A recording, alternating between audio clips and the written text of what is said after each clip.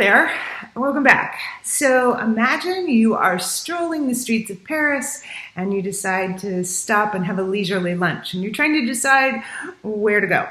Which of these two brasseries are you more likely to choose? What if you knew you would have to wait for a table in the crowded one, but you'd be seated immediately in the empty one? Studies show that 75% of us would choose the crowded one and automatically assume that more people means better food.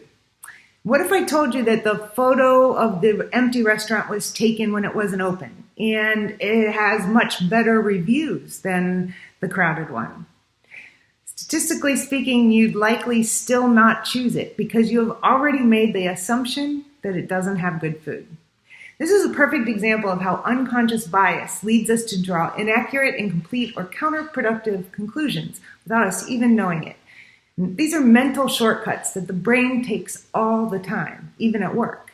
For example, research shows that in group work settings, we often inaccurately evaluate our colleagues based upon what scientists call proxies of expertise, instead of actual skills and expertise, just because of a few common cognitive biases that we all share. One is called illusory superiority, and our natural inclination is to overestimate our own knowledge and skills, and we do it all the time. One of the first studies that found illusory superiority was conducted by the College Board in 1976. And they surveyed more than 1 million students taking the SATs that year. And they asked them to rate themselves relative to the median on a number of characteristics.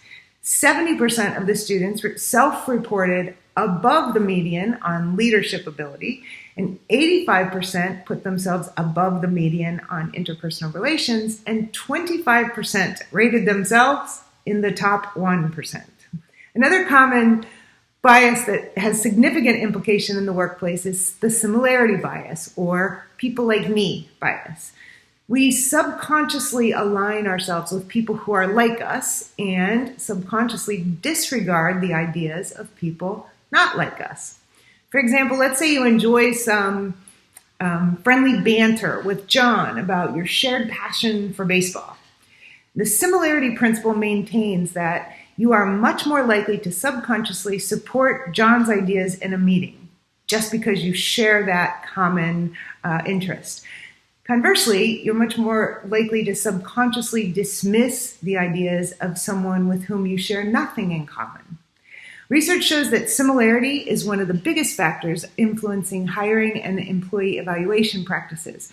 The problem is that this bias can create teams with very little diversity. And if everyone has the same strengths and weaknesses, there's no balance to address the wide spectrum of challenges that most teams face. Another bias is how much someone talks, or what scientists in the field call airtime.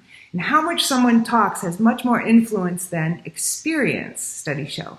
Qualities like confidence and extroversion outweigh knowledge and experience. Therefore, someone's influence is often determined by whether they talk first or last, whether they talk the most or the least.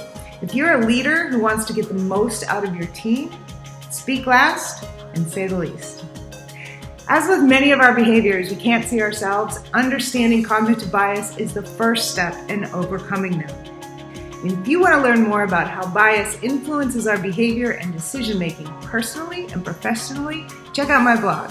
And if you want to learn more about how the brain works and how to make it work better for you, check out my book, Happy Hour with Einstein. And remember, life is always better when you share the good stuff.